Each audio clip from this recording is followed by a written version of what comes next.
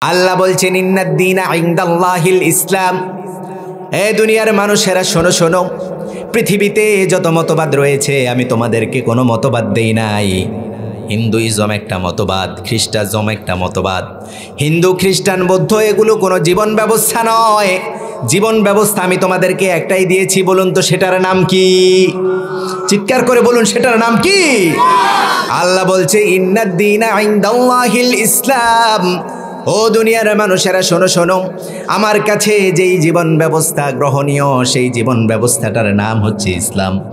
দুনিয়ার শুরু থেকে আজ পর্যন্ত যাদেরকে পাঠিয়েছি, যাদেরকে তোমাদের রইস বানিয়ে পাঠিয়েছি, রাহবার বানিয়ে পাঠিয়েছি, নেতা বানিয়ে পাঠিয়েছি, সকলকে একটাই দায়িত্ব দিয়েছি, সেটা হচ্ছে ইসলাম। ইসলামের ভিতরে থাকবে, ইসলামের দিকে আহ্বান করবে, আর তোমার রবের প্রশংসা করবে।